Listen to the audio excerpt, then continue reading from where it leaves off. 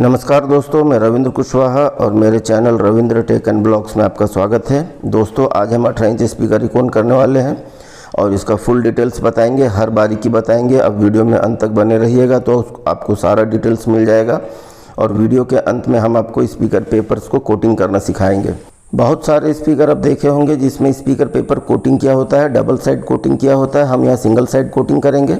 क्योंकि हमारा शॉप मुंबई में है और मुंबई समुद्र के किनारे होता है, तो हमारे कस्टमर भी समुद्र के किनारे वाले ही हैं, तो यहाँ नमी बहुत ज़्यादा होती है और पेपर बहुत जल्दी ख़राब होता है। तो अगर आपको भी अपना स्पीकर कोटिंग करना है, उसका लाइफ लॉन्ग करना है, तो वीडियो में लास्ट तक बने रहिए। हम अंत में बताएंगे कि स्पीकर पेपर को कोटिंग कैसे किया जाना है। ये स्पीकर BNC का है, 18 इंच का है, नियोडियम मैग्नेट में है।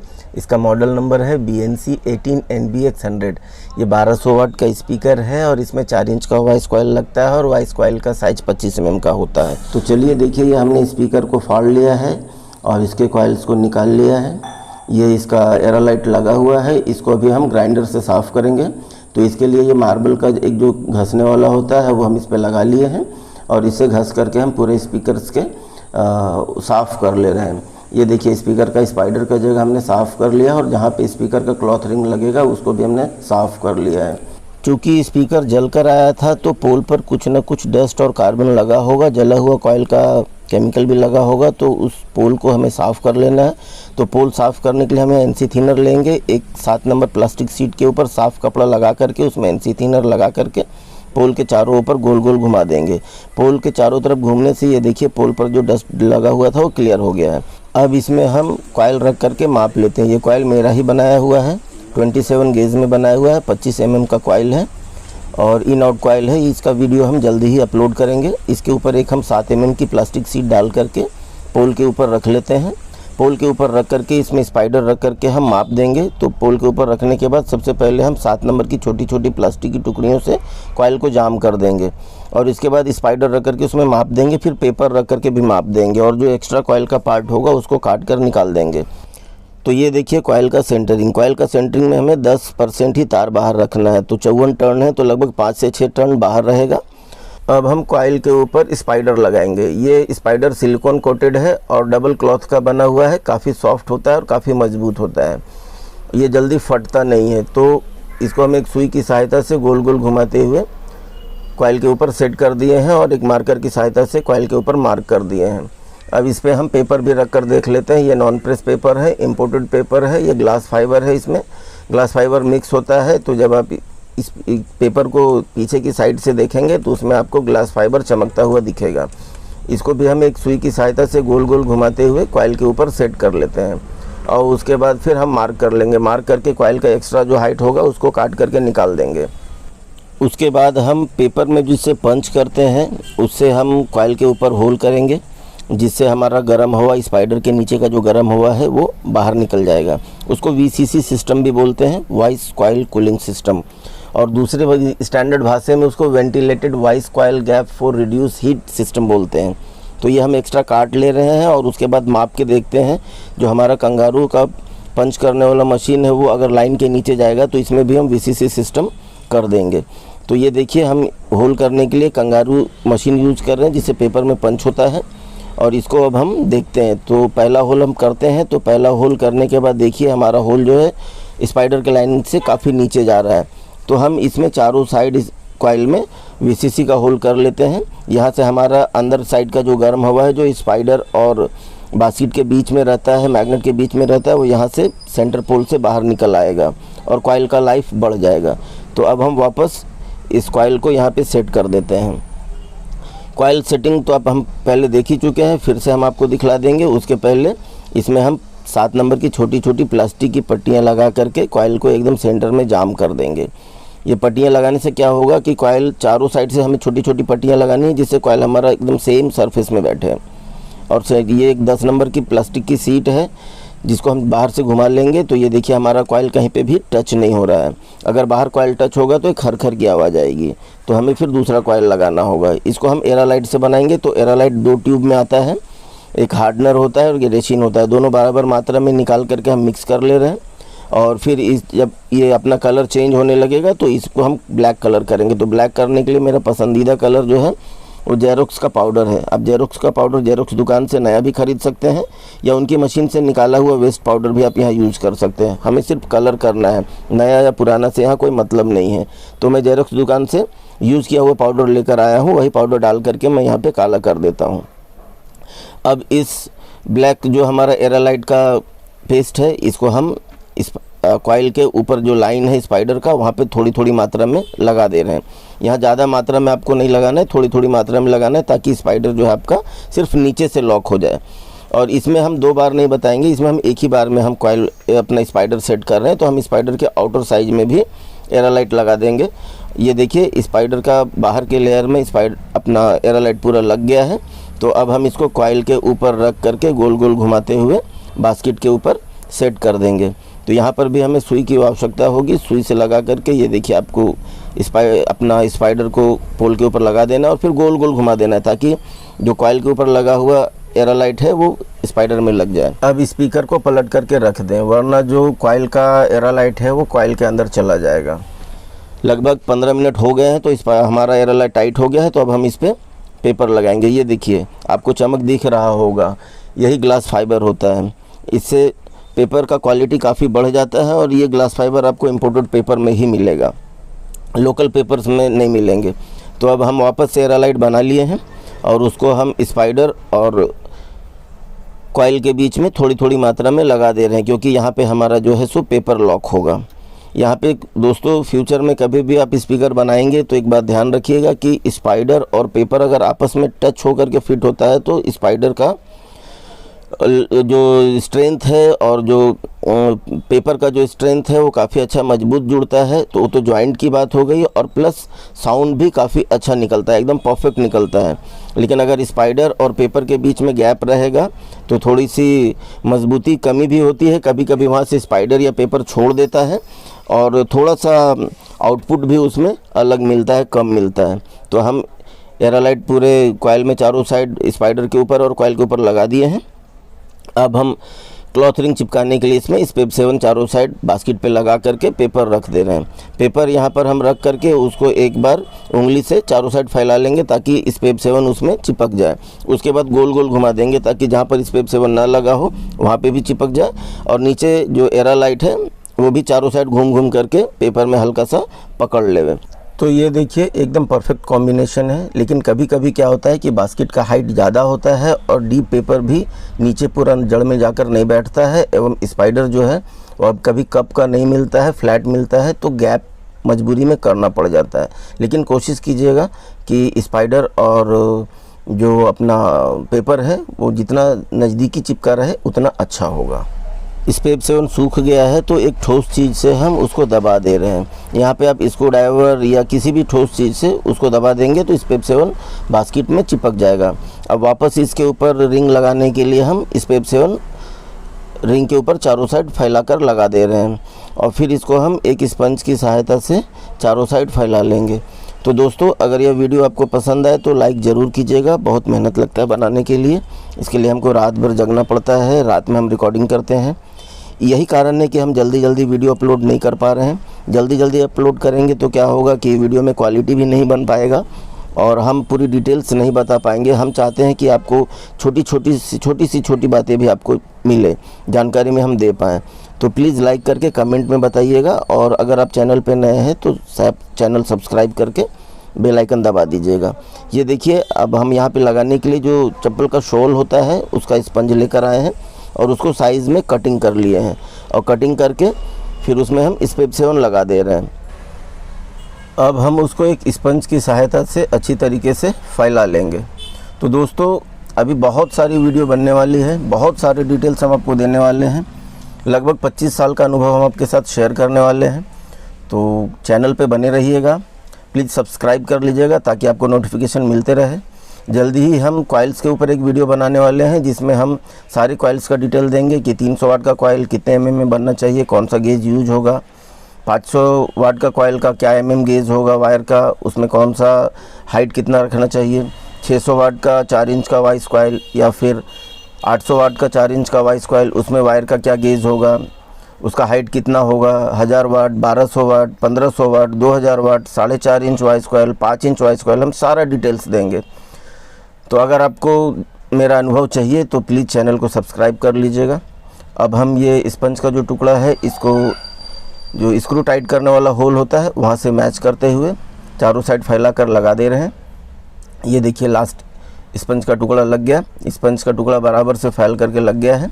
अब इसको हम किसी मोटी चीज़ से, लकड़ी से या स्क्रूड्राइवर के मुठ से ठोक देंगे ताकि वह अच्छे से चिपक जाए। आप देखते होंगे कि जब चप्पल चिपकाने वाला मोची जो है सो इस पे सेवन लगाने के बाद वो भी ठोकता है। तो जस्ट कोई रॉकेट साइंस नहीं है, इसमें भी वही टेक्निक यूज होता है। अब इसको हम पलट करके रख देंगे ताकि वो जो स्पंज है वो भी दब जाए और जो एरालाइट है वो भी काफ़ी अच्छे से सूख जाए। ये लगभग 20-25 मिनट में एरालाइट टाइट हो गया है, पर पूरी तरीके से टाइट नहीं हुआ है। तो अभी हम अंदर जो कॉइल का सेंटरिंग है उसको नहीं छेड़ेंगे, क्योंकि एरालाइट परफेक्ट सूखने के लिए कम से कम 4 से 5 घंटा लेता है। तो तब तक बीच के टाइम में हम इसमें लीड वायर लगा लेते हैं। तो लीड वायर लगाने के लिए हम टर्मिनल सॉकेट के जस्ट सामने एक स्क्रूड्राइवर जिसको हम नोकदार बना रखे हैं उसे होल कर लेते हैं और टर्मिनल वायर निकाल लेते हैं।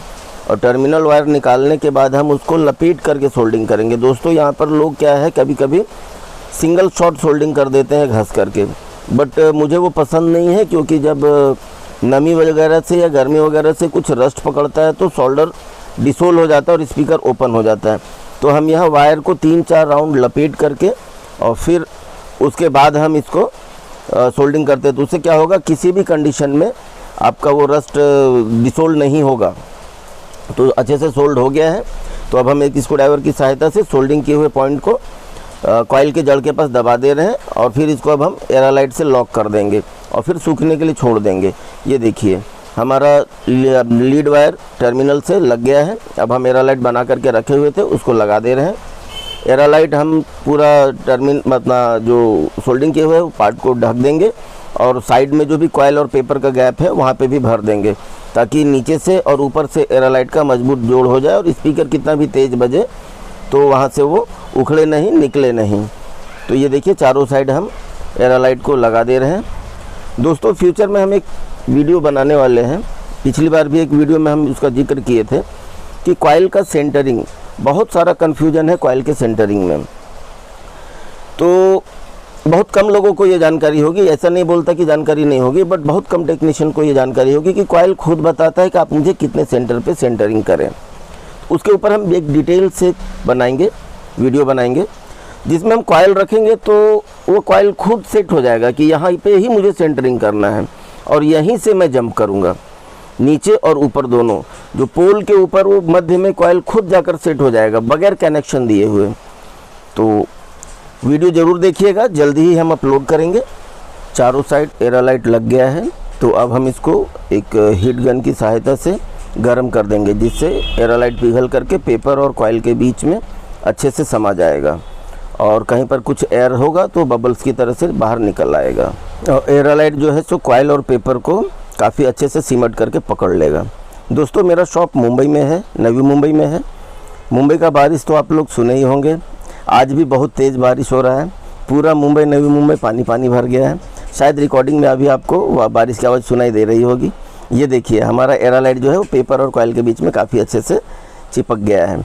अब हम बचे हुए एरालाइट से जो लीड वायर है टर्मिनल में जो जुड़ा हुआ है उसको कोन पेपर के जड़ के पास लगा करके उसको सेट कर देंगे।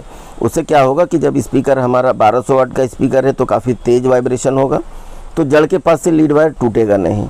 तो दोनों लीड वायर के जड़ के पास हम एरालाइट को अच्छे से पेस्ट करके वायर वहाँ लॉक कर दे रहे हैं। इससे जब हमारा वाइब्रेशन होगा स्पीकर में तो वो जड़ के पास से नहीं, उसके आगे से एस शेप में निकला रहेगा, तो जल्दी से वो टूटेगा नहीं। ये देख लीजिए आप, परफेक्ट एकदम एरालाइट यहाँ पे हम लगा दिए हैं। आप भी कोशिश कीजिए, बहुत ज़्यादा नहीं लेकिन एकदम परफेक्ट एरालाइट लगाने की कोशिश कीजिए कि जड़ उसका बंद हो जाए और एस शेप में, वो एस का जो हाफ शेप होता है उस शेप में निकल के आए, ताकि वो रबर की तरह उछलते रहे जब हमारा स्पीकर जंप होगा। तो लगभग 2.5-3 घंटे हो गए हैं तो एरालाइट अच्छी तरीके से सूख गया है। तो अब हम जिस पे कॉइल सेट किए थे वो 7 नंबर की सीट बाहर निकाल दे रहे हैं। ये हमारा स्पीकर रेडी हो गया है। ये देखिए काफ़ी फ्री जा रहा है। आप कॉइल का सेंटरिंग फिर से एक बार देख लीजिए, हम बोले थे एक बार फिर से दिखाएंगे। ये देख लीजिए अंदर से बस 4 या 5 तार बाहर दिखनी चाहिए। अब हम इसको कैप लगाएंगे।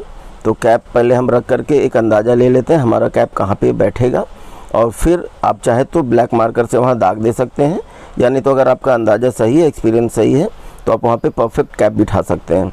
तो कैप के हम बाहर का जो साइड है जहाँ पे एरालाइट लगा दे रहे हैं, ये हमके यहाँ पे एरालाइट बहुत ज़्यादा मात्रा में नहीं लगाना है, लेकिन बहुत कम मात्रा में भी नहीं लगाना। ऐसा लगाना है कि ये जो कैप का एरालाइट है वो पेपर पे भी चिपक जाए, लेकिन बाहर बिखरे नहीं, फैले नहीं। तो आपको थोड़ा थोड़ा एरालाइट लगाते हुए आपको पूरे कैप के ऊपर, पूरे सरफेस के ऊपर एरालाइट लगा लेना है। तो ये देखिए एरालाइट पूरे सरफेस पे लग गया है। अब यहाँ पे आप लगाने का कलाकारी आप देख सकते हैं। यहाँ पे मैं स्पीकर में डेट लिख दे रहा हूँ, क्योंकि मैं कभी भी स्पीकर में डेट लिखता हूँ, जिससे मुझे पता चलता है हमारा स्पीकर अगर रिटर्न जल कर के आया तो कितने महीने या साल के बाद जल कर के आया। तो अब एरालाइट लगा हुआ इस कैप को आप एक उंगली से ऐसे रख लीजिए और उसके बाद फिर उसको सेंटर में मिला करके छोड़ दीजिए, जस्ट ऐसे ही। अगर आपके हाथ में एरालाइट लग गया है तो आप उसको साफ़ कर लीजिए और फिर दोनों हाथों की सहायता से उसको गोल गोल घुमाते हुए फैला करके दबा दीजिए। तो एरालाइट जो है उसको कोन पेपर और कैप के ऊपर अच्छे से मिक्स हो जाएगा। और फिर उसके ऊपर हम यहाँ पे मास्किंग टेप रख दे रहे हैं और एक वज़नदार किट रख दे रहे हैं, ताकि एयरलाइट जो है वो पेपर, कोन पेपर और डस्ट कैप से चिपक करके अच्छे से सूख जाए। स्पीकर को हम सूखने के लिए 24 घंटा छोड़ दिए थे। अब हम नेक्स्ट दिन आकर के मास्किंग टेप हटा करके अब स्पीकर का हम माइनस प्लस चेक करते हैं। ये देखिए हम इसके प्लस पॉइंट पे लाल वायर और माइनस पॉइंट पे पीला वाला वायर जो हमारा माइनस है लगा रहे हैं, तो स्पीकर बाहर की ओर निकल रहा है, मतलब प्लस माइनस ठीक है। अब हम इसका साउंड चेक करते हैं।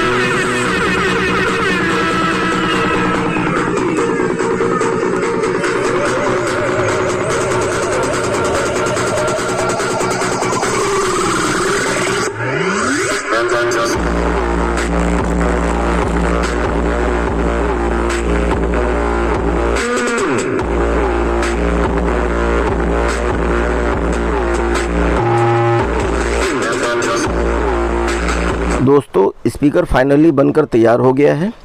ज़्यादातर स्पीकर पूरे दुनिया में इसी कंडीशन में बजते हैं, बट अब हम इसको स्पेशल कोटिंग करेंगे। तो अगर आप कोटिंग करना चाहते हैं तो यहाँ से आपको आगे इसका पूरा कोटिंग सिस्टम बताएंगे, कैसे कोटिंग करना है। तो स्पीकर अब हम कोटिंग करने जा रहे हैं। तो ये देखिए हमारा कोटिंग केमिकल है, अमेजन से हम मंगाए हैं, साई गाँव कंपनी का नाम है और इस पर लीक फिलर लिखा हुआ है। वाटरप्रूफ केमिकल है। ये 450 ml में आता है और लगभग 600 रुपये मुझे मिला था। इसमें एक ऊपर नॉज है जिससे दबा करके हम इसका केमिकल एक बोतल में निकाल लिए हैं और उस बोतल से फिर हम स्पीकर में कोटिंग करेंगे। पहले हम इसी बोतल से ट्राई किए थे, बट स्प्रे काफ़ी फैल जाता है, तो हम इस बोतल में निकाल लिए हैं और इस बोतल से हम स्पीकर के कोन पेपर के ऊपर गोल गोल घुमाते हुए केमिकल को पूरा नीचे फैलाते चले जा रहे हैं। ये सरफेस अब देखिए, इसी प्रकार आपको गोल गोल घुमाते हुए नीचे तक ले जाना है और फिर वापस कैप के ऊपर गोल गोल घुमाते हुए इस केमिकल को पूरे सरफेस में फैला लेना है। ये देखिए हमारा स्पीकर पूरा जो है सो केमिकल फैल गया है। अब एक मुंह धोने वाला जो ब्रश होता है, माउथ ब्रश होता है, उसको लेकर के और आप गोल गोल घुमाते हुए उसको पूरा फैला लीजिए। आपको क्लॉथ रिंग के से लेते हुए कैप तक जाना है और फिर कैप में से उल्टा घुमाते हुए आपको लास्ट तक लेके आना है। यहाँ पे आपको सफाई काफ़ी ज़रूरी है आपका। अगर आप इसको एकदम सफाई से करेंगे तो केमिकल काफ़ी अच्छे से चमक करके कोटिंग हो जाएगा। कोटिंग करने के लिए अगर इसी प्रकार भी चलता है, बट स्पीकर दिखे अच्छा ऐसा कोशिश करना चाहिए। तो ये देखिए हल्के हाथों से घुमाते घुमाते आपको कैप में मिडिल पे ले जा करके छोड़ देना है। ये देखिए कंप्लीट कोटिंग हो गया है। अब इसको हम रात भर सूखने के लिए छोड़ देंगे। वैसे तो ये 15 मिनट में सूख जाएगा, बट हम रात भर के लिए छोड़ देंगे। कोटिंग करने का यह तरीका हमारा नहीं है, जब हम जयपुर कारखाने में गए थे तो वहाँ पे हम देखे थे। तो दोस्तों उम्मीद करता हूँ मेरी यह वीडियो देख करके आप 18 इंच का BNC स्पीकर अच्छे से रिकॉन कर पाएंगे और कोई भी स्पीकर आप कोटिंग कर सकते हैं। तो दोस्तों ये देखिए काफ़ी खूबसूरत दिख रहा है। अब अगर इसके ऊपर पानी के छींटे आएंगे तो पेपर में नमी नहीं आएगा और कड़क आवाज़ निकलता रहेगा। तो दोस्तों आज के वीडियो में बस इतना ही। जय हिंद, वंदे मातरम। दोस्तों आपका दिन शुभ हो।